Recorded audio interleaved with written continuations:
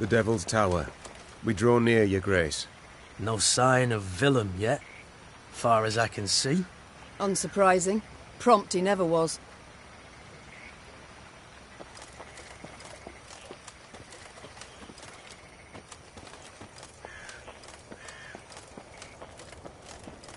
The Queen had chosen to meet Willem at Devil's Tower, and not without purpose. The structure stood on an isle, so no foe could approach without first exposing themselves on a narrow bridge. The isle had little vegetation midst which to conceal a large force. A small unit could evade detection. Altogether not much to fear. No escorts were your terms. Began Gascon, with a hint of mischief. But better safe than sorry, I always say. What are you suggesting? Yours truly and 4 chaps behind the walls. Give a signal, any signal, and we'll leap to your side. Meve struggled with her conscience. There was no honor in Gascon's plan, but prudence, certainly. In the end, she nodded in agreement, though not without compunction. Willem arrived soon after, the heavily armored cavalry he had in tow clearly there to boost his courage. He left them at the foot of the bridge and rode across alone. A stiff wind from the river nearly made off with his ermine fur cloak. Willem and the mother who'd borne him stood face to face. They gazed into each other's eyes, waiting to see who would look away first. When neither did, Meve broke the silence. Time flies, and I've a kingdom to liberate. No need to drag this out. What's this about? Tell me. I thought my messenger already did. Oh, he did. And how? Willem I wishes to arrange a truce. Only, Willem I is in no position to parley on an equal footing. Willem I can, at most, offer his unconditional surrender, because Willem I's losing this war. Yes, Mother, I am.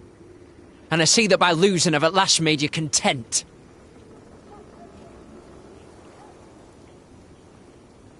Don't play the victim. What next? Will you say you turned cloak because Mummy showed no warmth, displayed no feelings? 'Twould be unfair, any such judgment.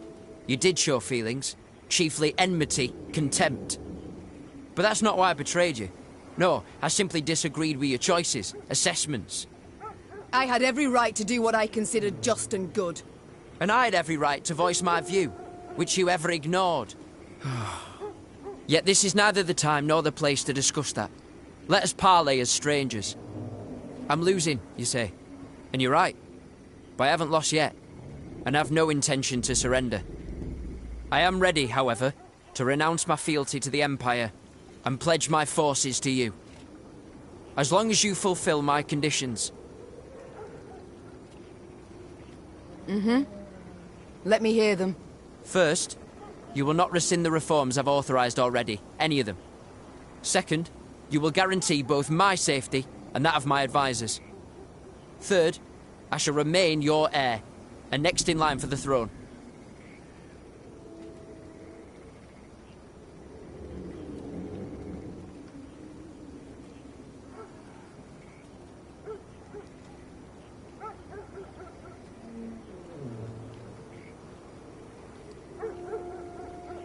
I must admit, I was wrong about you.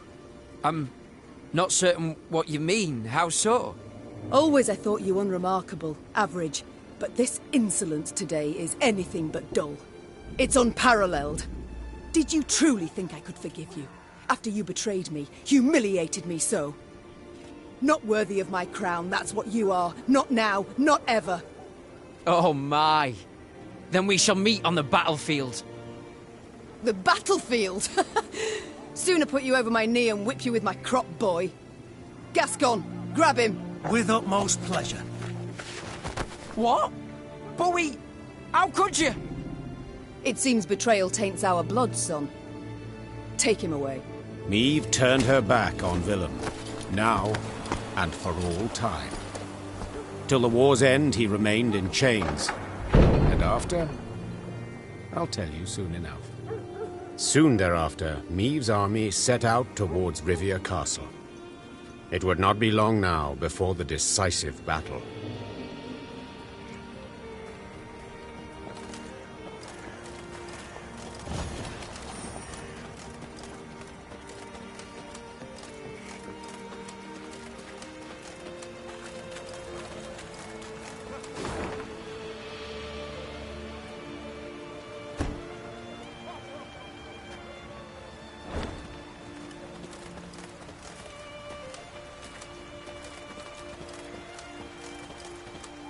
Your Grace, Said Reynard, saluting and clicking his heels. peasants from the Scala region have arrived at camp.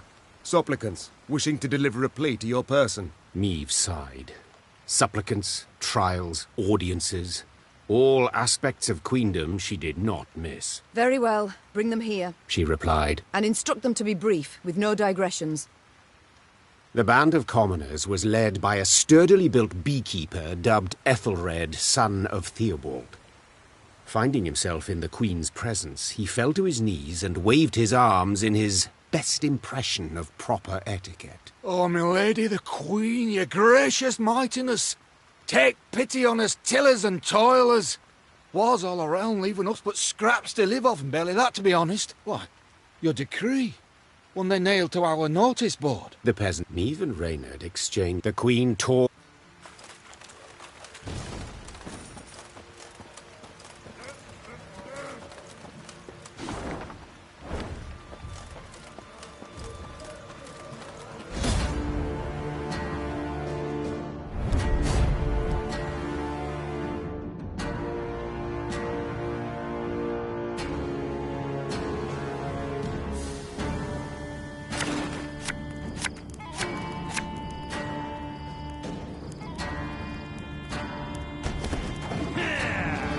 Scrubbing duty again? Oh, gods.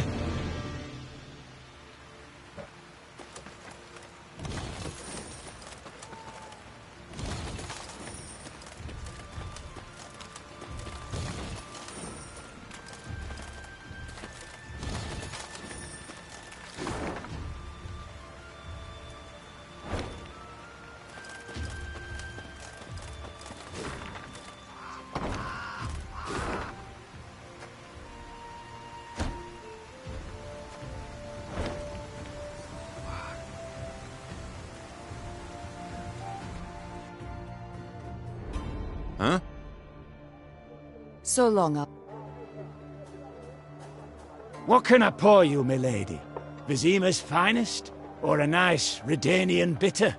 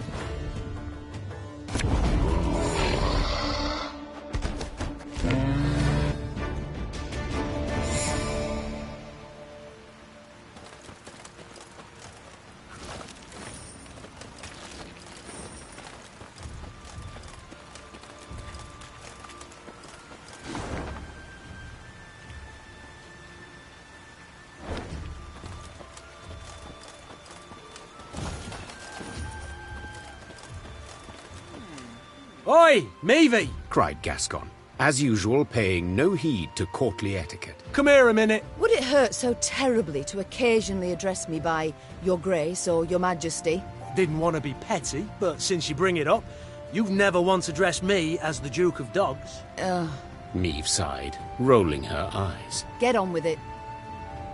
My lads jumped one of the Blackclad's transports. guess what they were hauling? Gascon handed Meve a pot filled to the brim with a thick, dark fluid. Paint? Close. Printer's ink. Same tone used in those phony decrees. Meve spun on her heel, put a hand to her mouth, and yelled, Reynard! Send scouts to comb the area! Her soldiers returned a few hours later with good news. They were able to find a Nilfgaardian printer's workshop hidden in an abandoned barn. It was guarded by a division of elite infantry. Right. So, Gascon thumbed the edge of his blade. shall we stop the presses? Time for the Nilfgaardians to publish a retraction. Spoke the Queen as she drew her sword. Signed with their own blood. Follow me! The Lyrians did not need to be told twice. Their Queen's honor, her good name, that was a cause well worth fighting for.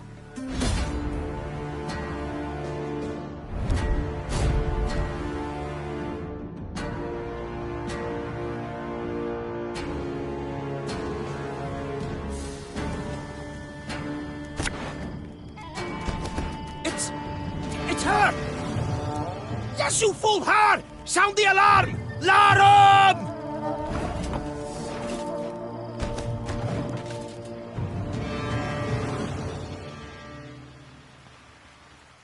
The Nilfgaardians fought fiercely, led by a seasoned covert agent. Seeing he would soon fall into enemy hands, he put a knife to his throat and, in a quick slash, sent blood pouring over paper and still wet ink. Reynard leapt towards him, trying to stanch the red tide. But it was too late, and the spy's secrets perished with his last gargled breath. Meve picked up a freshly printed pamphlet. The document listed her many crimes and misdeeds, the true and the manufactured alike. Above the main body of the text, an etching depicted her, well, in a very unflattering manner. How about a taste of their own medicine? Asked Gascon, piecing blocks of type into a scathingly foul phrase. Me and the lads will scratch out a couplet about Epdahi, spread it around the countryside, give the folk a hearty laugh at those tossers' expense.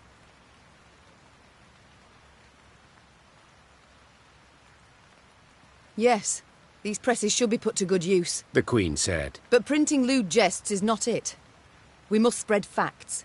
Tell what the Nilfgaardians did in Aldersburg, how they tried to murder me in Mahakam and Angren, what fate lies in store for those they conquer. Gascon grew serious and set the ink-stained type back down. Get to work.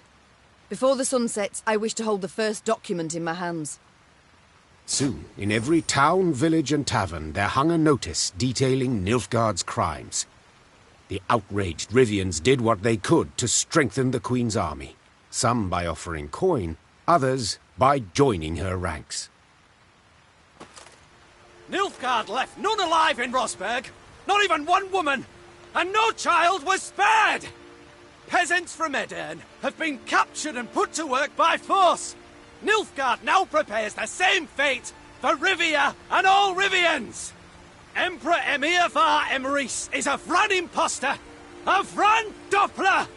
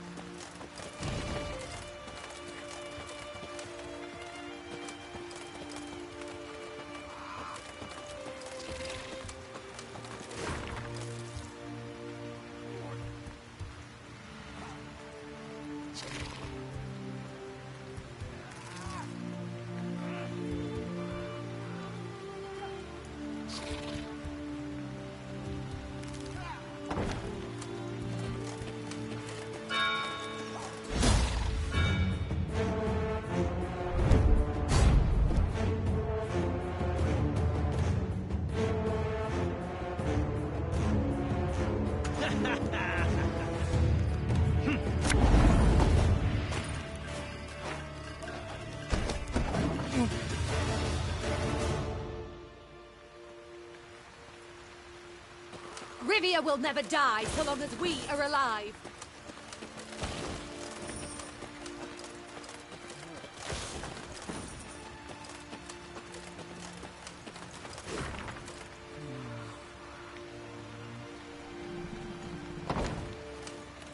Nilfgaard will not spit in our maws! Lady, the traitors run before you. Find me a map, and I'll show you where they buried the loot.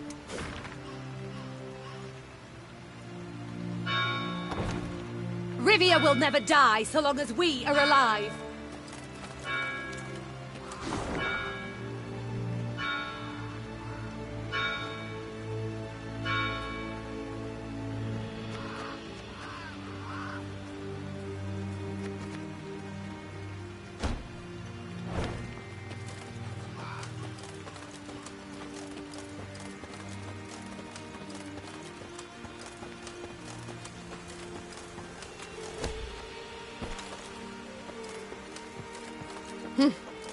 These lands, they look familiar to you?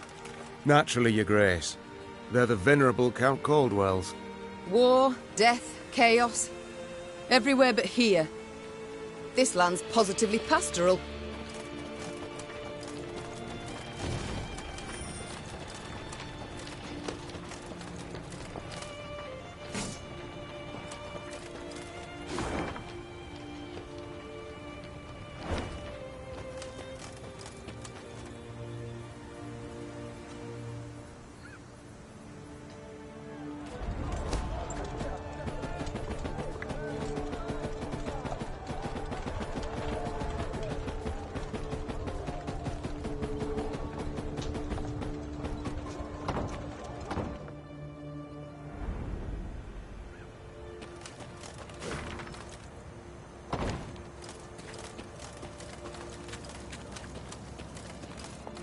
The traitorous Caldwell family's residence loomed into view.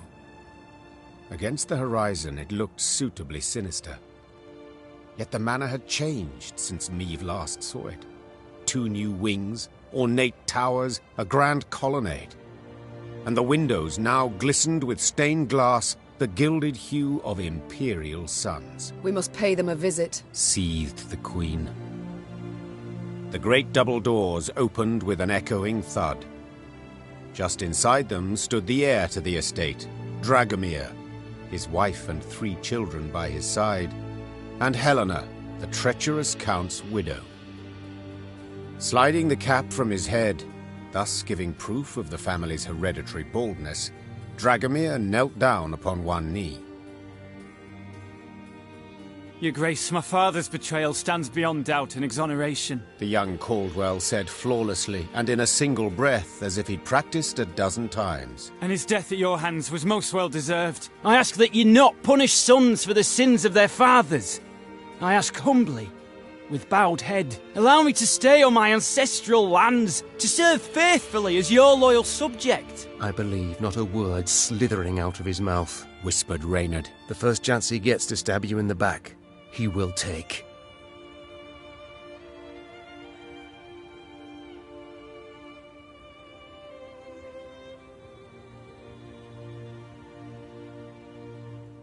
Convenient to make this request now, don't you think? Why not earlier? Meve asked, crossing her arms and raising her chin. It would have behooved you to send a messenger, once I'd crossed into Rivia.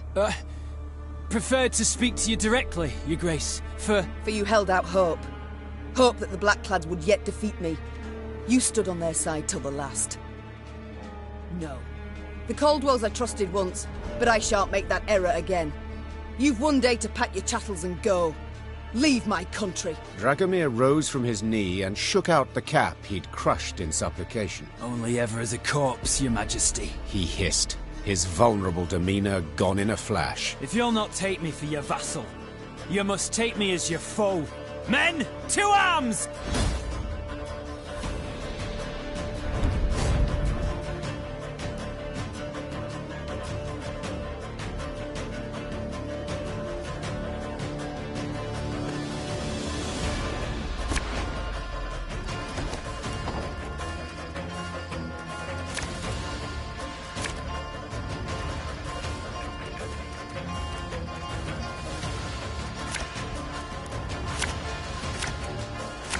They'll not destroy my family. I won't allow it.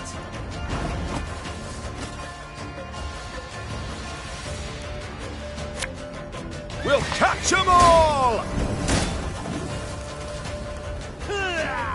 This harvest will be reaping black-clad heads.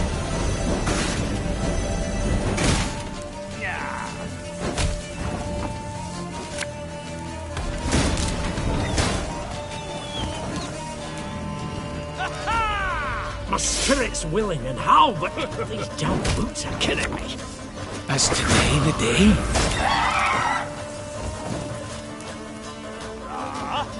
There's a time to reap, a time to sow, and a time to die.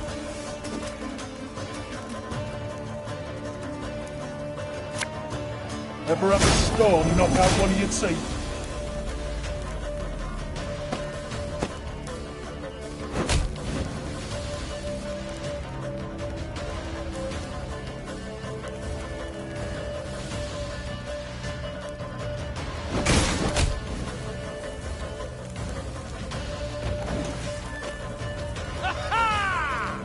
Arbalist to your command.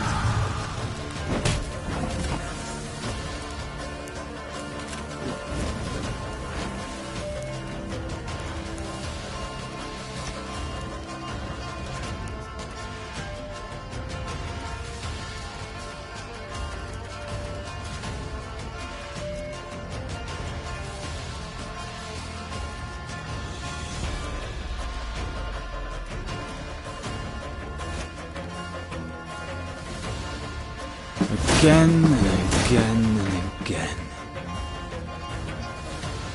God is freer!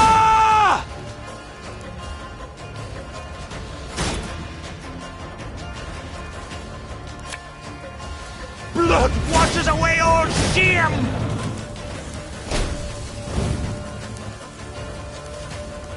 What do you want of me? Aye.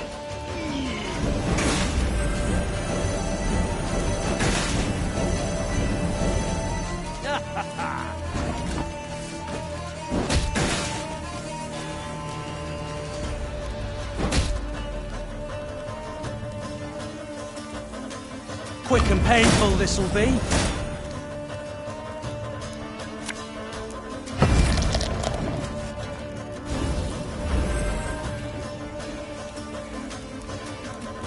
You must sweat like a swine in that jacket. Armor won't say.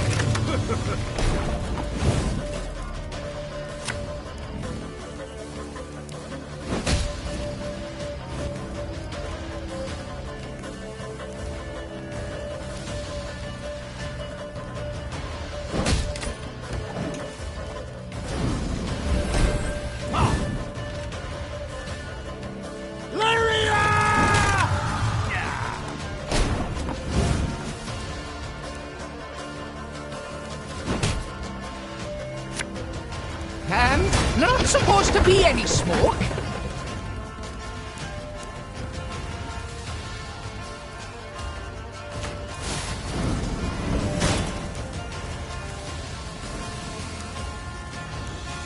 For Rivia! I've got that all right.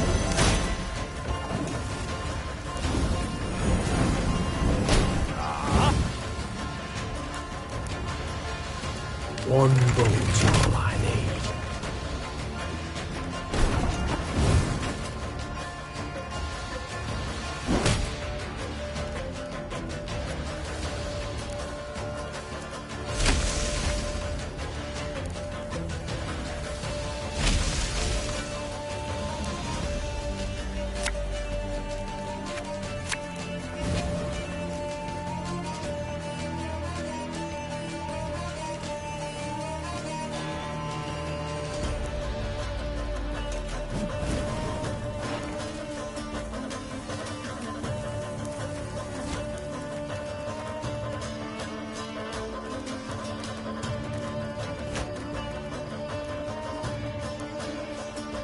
We got a job to do.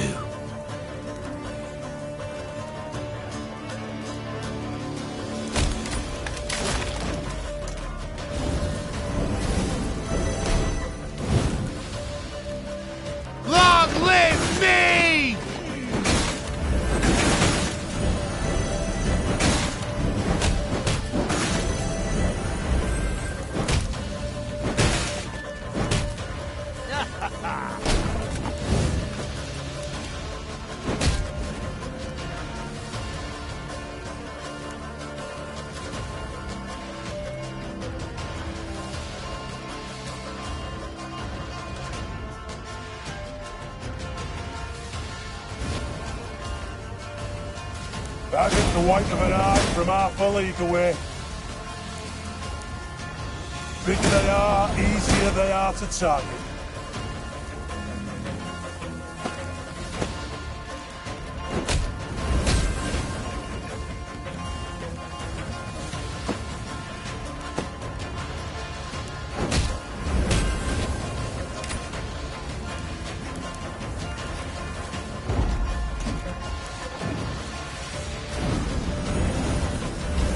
Father was right about you.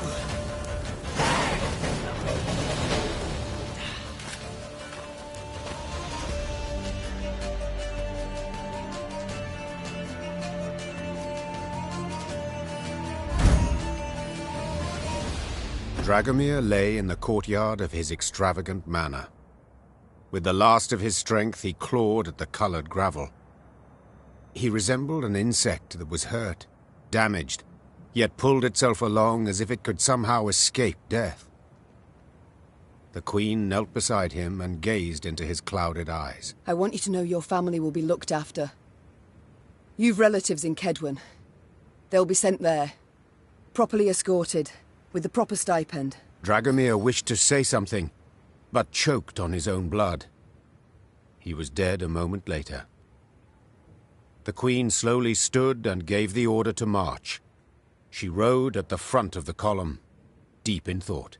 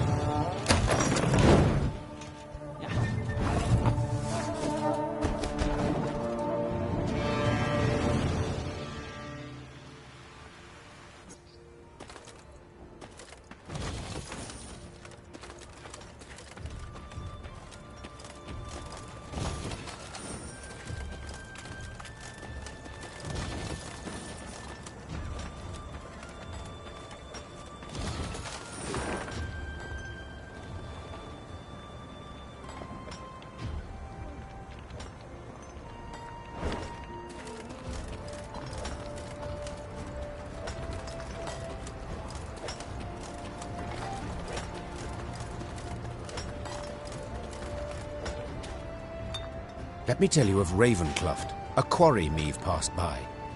A quarry with a dark history. For years earlier, its wall had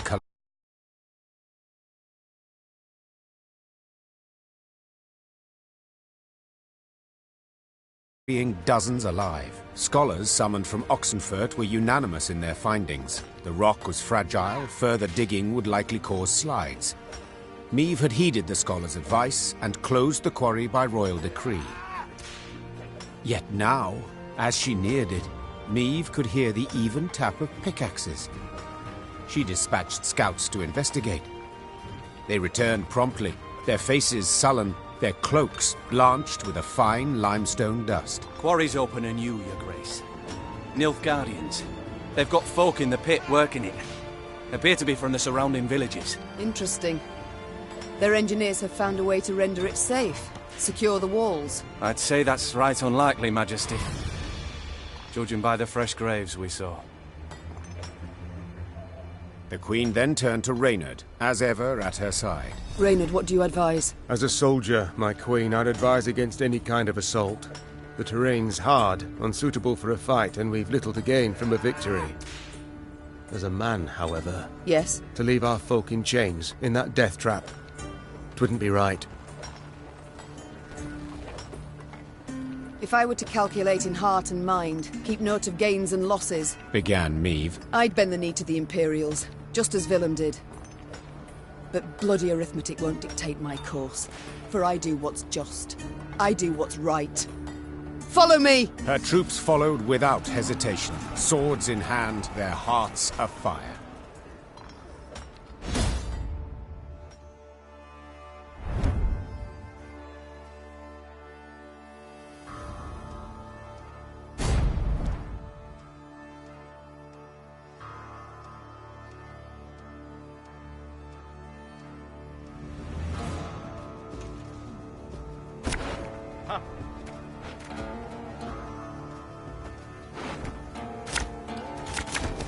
Those Horsens, forcing my own subjects to fight us.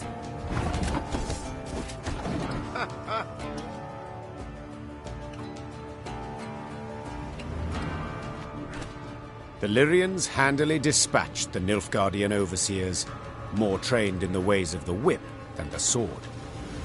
Those who survived now found themselves shackled in the very chains they'd forced the peasants to wear. Peasants. Unfortunate souls. The cruel labor in the quarry had taken its toll. They stood before the Queen, shrunken to skin and bone, clothed in tattered rags, their eyes reddened by dust. But in those eyes burned a brilliant fire.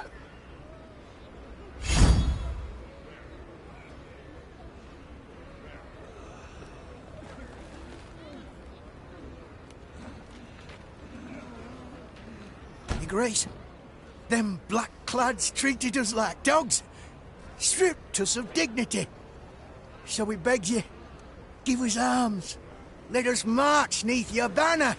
'Tis a chance at revenge we seek, we want. Reynard leaned towards Meve and spoke in a scarcely audible whisper. Majesty, they've knout. Not boots, not even foot wraps. To equip the lot, train them, would cost a small fortune.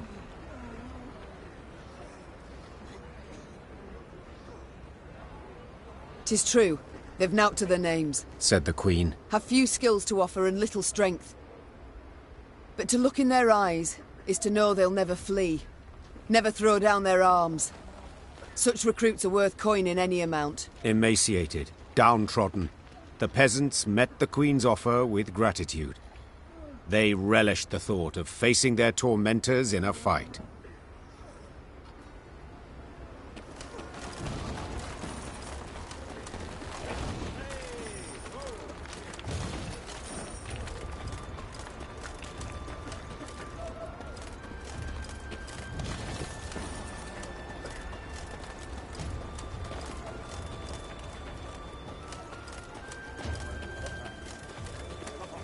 Meve now reached Willowhain, a settlement she knew well, for it lay near Waldenrad, where in peacetime she would go to escape her queenly duties and enjoy the thrill of a hunt. Pheasant, grouse, and partridge in abundance.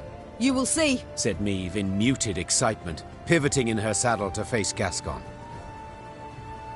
Alas, it appeared the war had ravaged even these woods. Where life had stirred and grown tall before, only resinous trunks remained.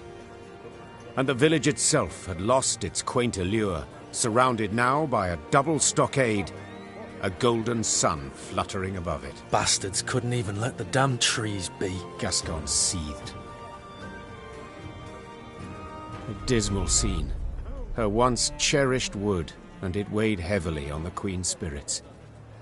Waldenrad had been a place removed, where she could rest and forget the weight of her crown. Reynard's voice roused me from her sad reverie. A Nilfgaardian garrison holds the village, he said. We ought to drive them out, avoid any surprise later from the rear.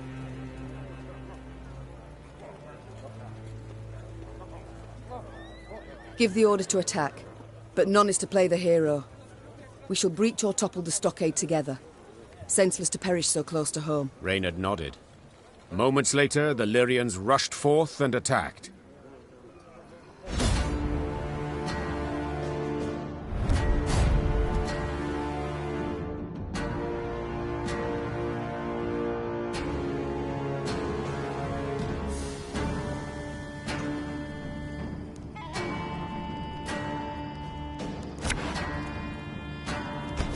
The time has come to purge these devils from our homes!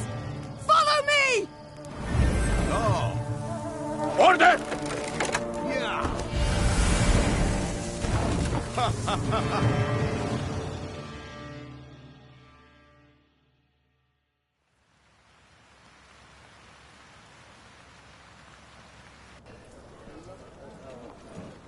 When the battle dust had settled, Meve instructed her soldiers to gather Willowhane's inhabitants. Upon spotting their armed liberators, the common folk cowered in terror. No longer need you fear. The Queen shouted. No longer must you worry about homes and loved ones. The war's nearly done. Of a sudden, a villager dropped to his knees and raised his hands to the heavens in supplication. Trache! Guide my queen! Meve broke off oddly, baffled by the man's outburst. And then it dawned on her. The Rivians of Willowhane had been driven away. Taking their place, Nilfgaardian settlers brought in to transform the near-subsistence plots of local peasants into great estates producing for the Empire.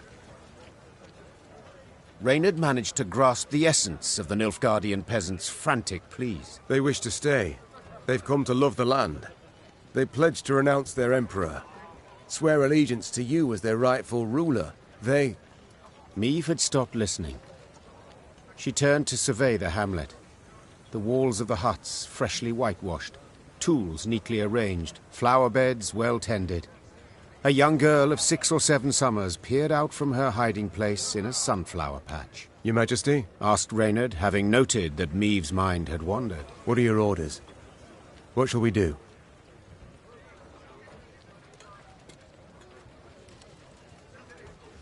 They can stay on 2 conditions. Tell them. For 15 years, they'll pay double the tax. And if any of the previous inhabitants return, they're to be given their huts, lands, and any crops produced in their absence without delay. The Nilfgaardian settlers accepted the terms with relief. Meve's soldiers with markedly less enthusiasm. As the force left Willowhane, the troops made a show of knocking aside any food or drink the peasants offered.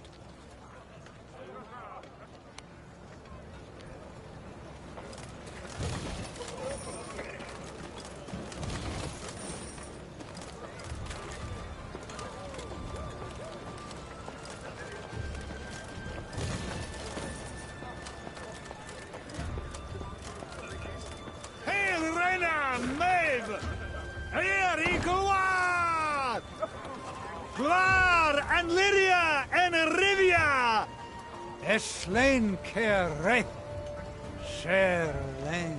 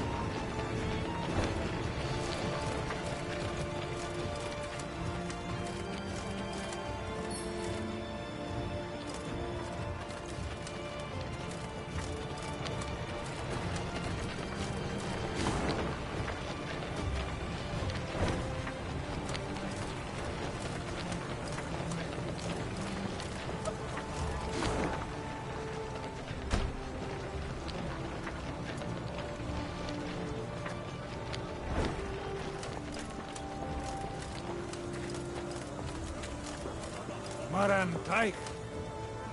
Skermat Havain.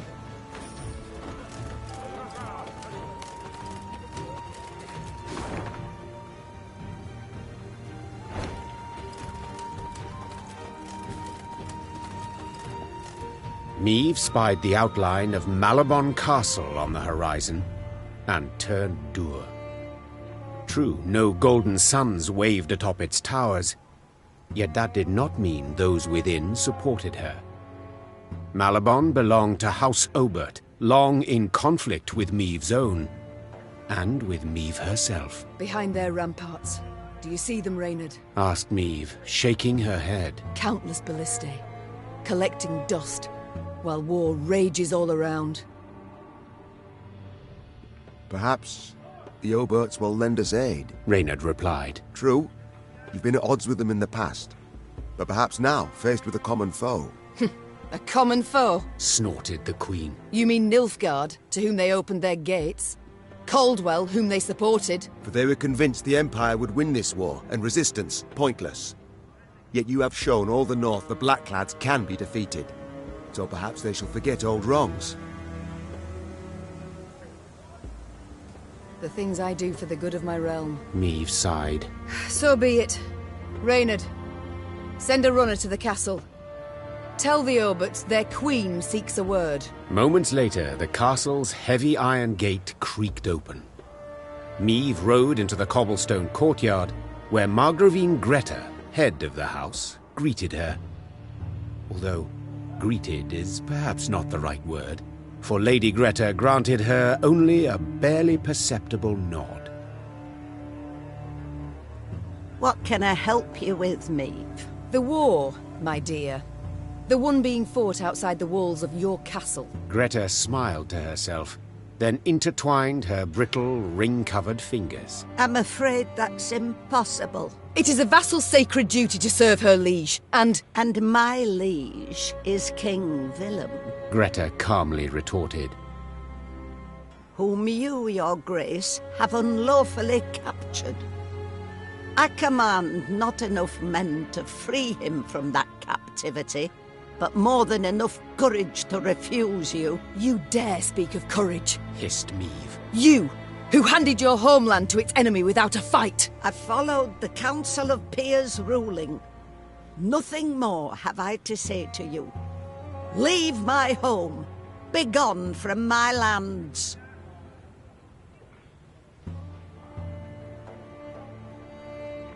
I shall go. The Queen said. And I shall take your war machines with me. Did I not express myself clearly? I have refused you any aid. And I have stopped asking. Meave said, drawing her weapon. Soldiers! Attack! Seeing that a battle was imminent, Greta Obert took refuge in the keep. The Margravine soldiers stood ready to defend her life to the very end.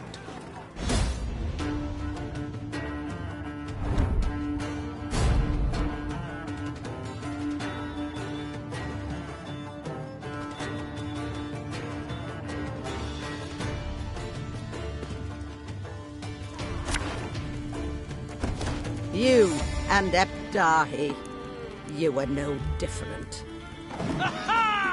There's a time to reap, a time to sow, a time to die.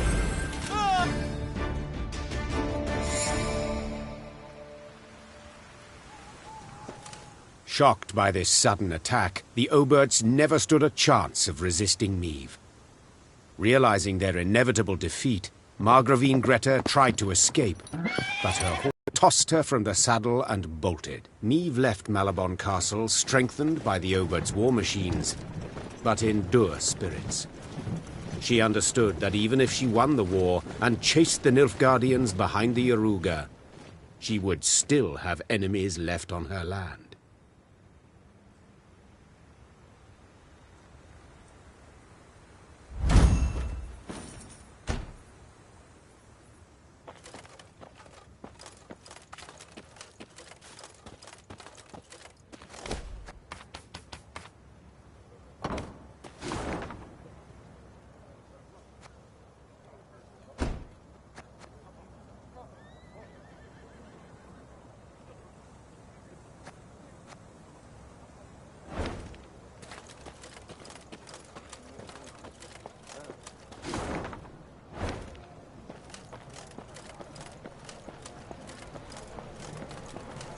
Meave's force reached Cavaldon, a small, run-down town. The Blackclads, they've a strong garrison in place, proclaimed her scouts upon returning from a foray. And they stand prepared for a siege. Their stores overflow, and we've seen ballistas, scorpions. Cavaldon can be taken, began Reynard hesitantly. But not without losses. Considerable losses. A retreat? Is that what you advise? I fear the soldiers wouldn't take to such a course. They're eager, Your Grace. They've a fire in them. Order a retreat and you could devastate morale. Our losses may be heavy, said Meave, drawing her sword. But I'll make certain the vile invader suffers even more. Order the troops to prepare. We will attack. Soon after, the Lyrians moved on Cavaldon, war drums rumbling in step to their march. Upon the walls, the Nilfgaardians stood poised to defend.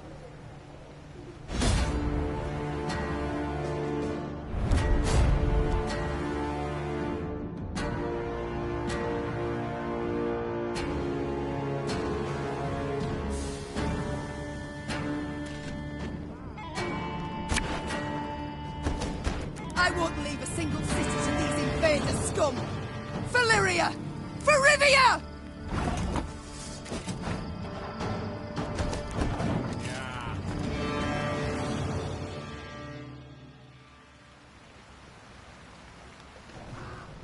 The Nilfgaardians had indeed prepared well, with grapples to repel hook ladders from the walls and long spears to rain down upon attackers far below. Meave managed on the fourth attempt to breach the defences, but did so scrambling over the corpses of her own men. The Queen was in the field tent when Reynard arrived with surprising news. To be heard over the groans of the wounded, he had to raise his voice. Your Grace, a delegation of townsfolk. They seek an audience urgently. Dozens of burghers stood before the tent.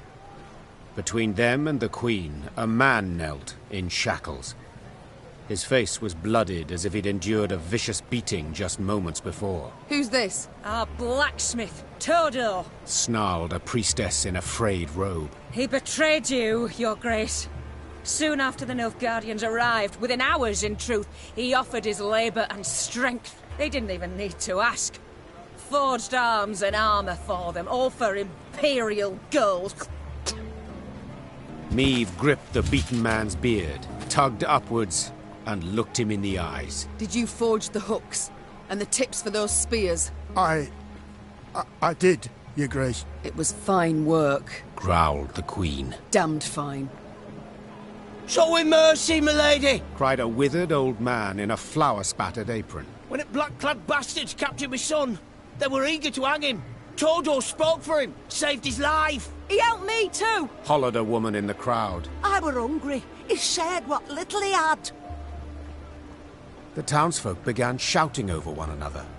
Some told of the blacksmith's noble deeds. Others labelled him a traitor deserving of a cruel and violent end. Meave turned back towards the field hospital, pondering the case, then spotted her soldiers' corpses laid out in rows. Had it not been for Todor, there might not have been so many.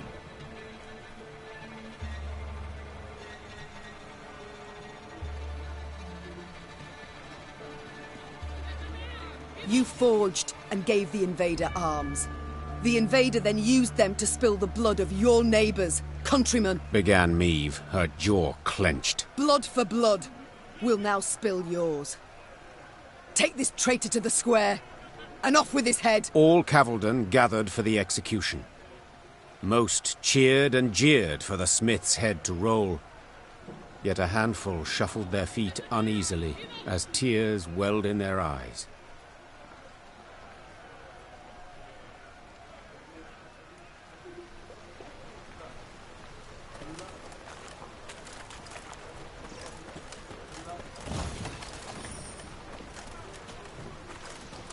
He weren't a bad person, milady. He strayed, aye, but deserved no such fate. Freedom will cost us dearly. Dearly indeed. Freedom will cost us dearly. Dearly indeed.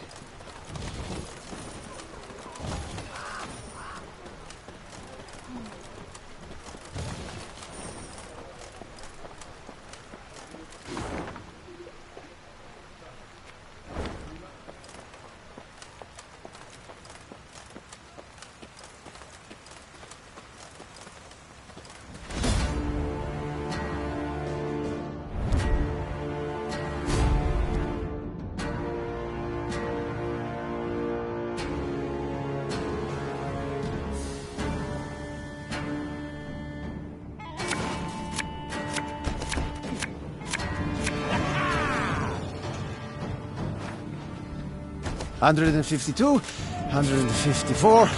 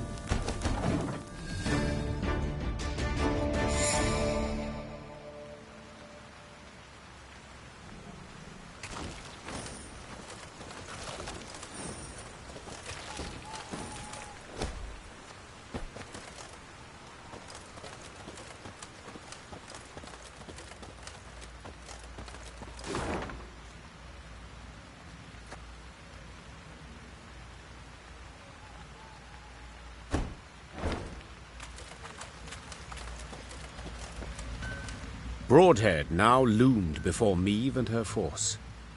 Once famous for its glowing forges and clanking manufactories, the city now stood silent.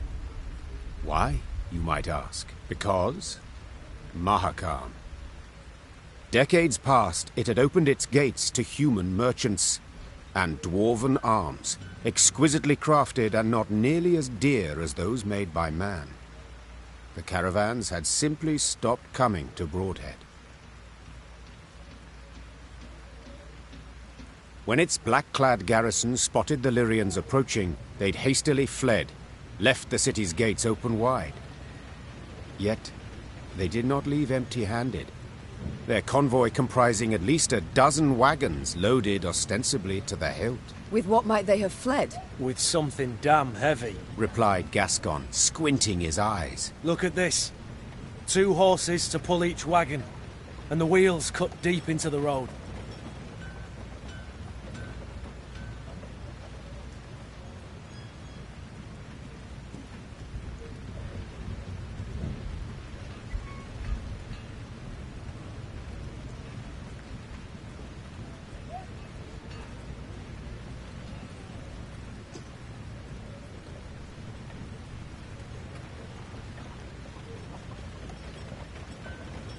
What they've taken from my city, began the Queen. they've taken from me. And I will have it back. Follow me! Meve spurred her horse and galloped off in pursuit of the fleeing caravan. When the Blackclads realized they had no hope of escape, they planted pikes and feet, bracing for the assault.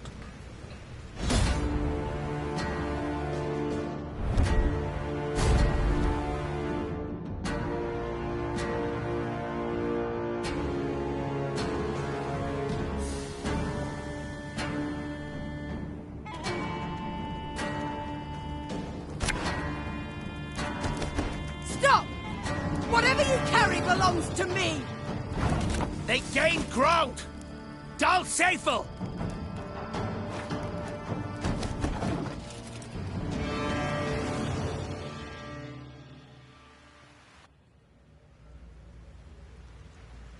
Meve personally, and none too gently, shackled the Nilfgaardian commander, a young nobleman with a precisely trimmed moustache. Like many noble Imperials, he spoke fluent common. The wagons. What's in them, Captain? Scrap, Your Majesty. The Imperial promptly replied. Noting the Queen's confusion, he elaborated. To be melted down and recast into arrowheads and spear tips. Our engineers originally planned to use the foundries in Broadhead, yet these proved too primitive. We were ordered to remove the scrap, take it elsewhere. Any pride from the victory vanished in an instant, and Meve swelled with anger, but also with shame. The shame came from realizing that to the invader her realm was naught more than a weak, underdeveloped backwater. Meve slammed the chest she'd opened shut. Blast it! Back to Broadhead. Let's ride. Crumbling walls, shattered windows, rotted wood. Broadhead was bleak, a dull shadow of its former self. As the Lyrians entered, the somber townsfolk glared at the arrivals and uttered not a word. Meve resolved. Folk of Broadhead, you're free at last. The Nilfgaardian occupation is done. Aye, and a new one starts now. Are you madman? Don't you recognize our banners? The Lyrian army stands before you. Oh, I recognise banners. Served neath them as a sergeant 15 long years. And then I came back to my hometown. Know what I found? Hardship and squalor, your grace. All had gone to shite. On account of damn dwarves. Been flooding Rivia with their metal goods for years now. Us smiths don't so much as light their pipes in their foundries no more. You call yourselves the Lyrian army. Colours and banners confirm it. Well, what about your arms? Weren't forged in us fires, but in Mahakams. By us worst foes. Hell, I even see some at knobheads in your ranks. So what freedom's it you're giving us, your grace? Freedom to beg in common, not in Nilfgaard's mongrel tongue. Beg? What are you on about, man? There's no levy on goods from Mahakam. But without it, us workshops don't stand a chance.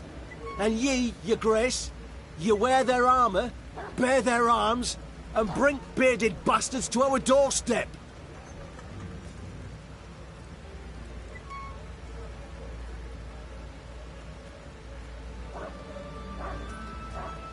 The dwarves are faithful allies. They help us because... 'Cause they've got something to gain. Simple as that. Enough. Silence. Consider yourself lucky you've a merciful queen. I'd have had your head off by now. Move along. Before Meave could leave the market square, Barnabas politely interjected.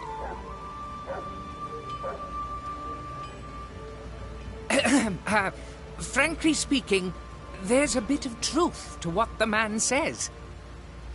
I'm perfectly aware of that. But what do you want?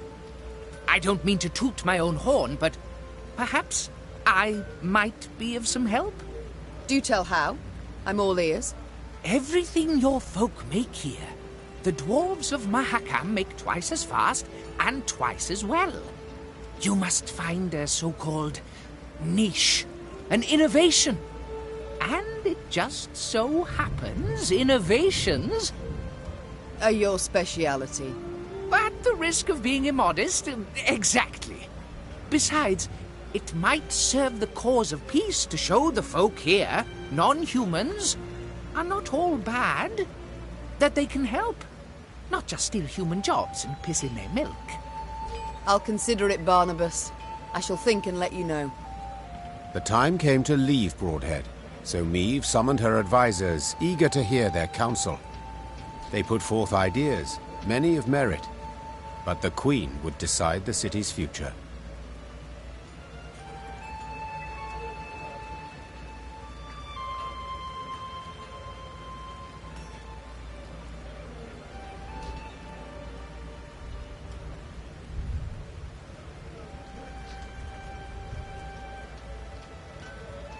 After careful deliberation, the Queen approved Barnabas's proposal.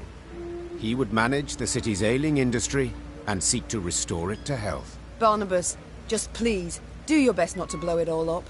Don't you worry, Your Grace. The only boom in this town's future is that of the economic sort.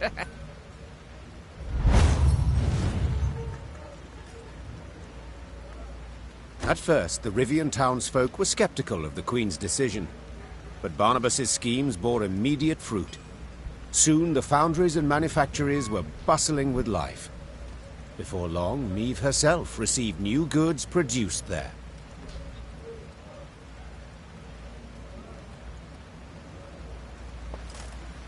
Now, I'm no ally of gnomes or any freaks, but this Barnabas bloke, he's not a bad apple. Now, I'm no ally of gnomes or any freaks, but this Barnabas bloke, he's not a bad apple.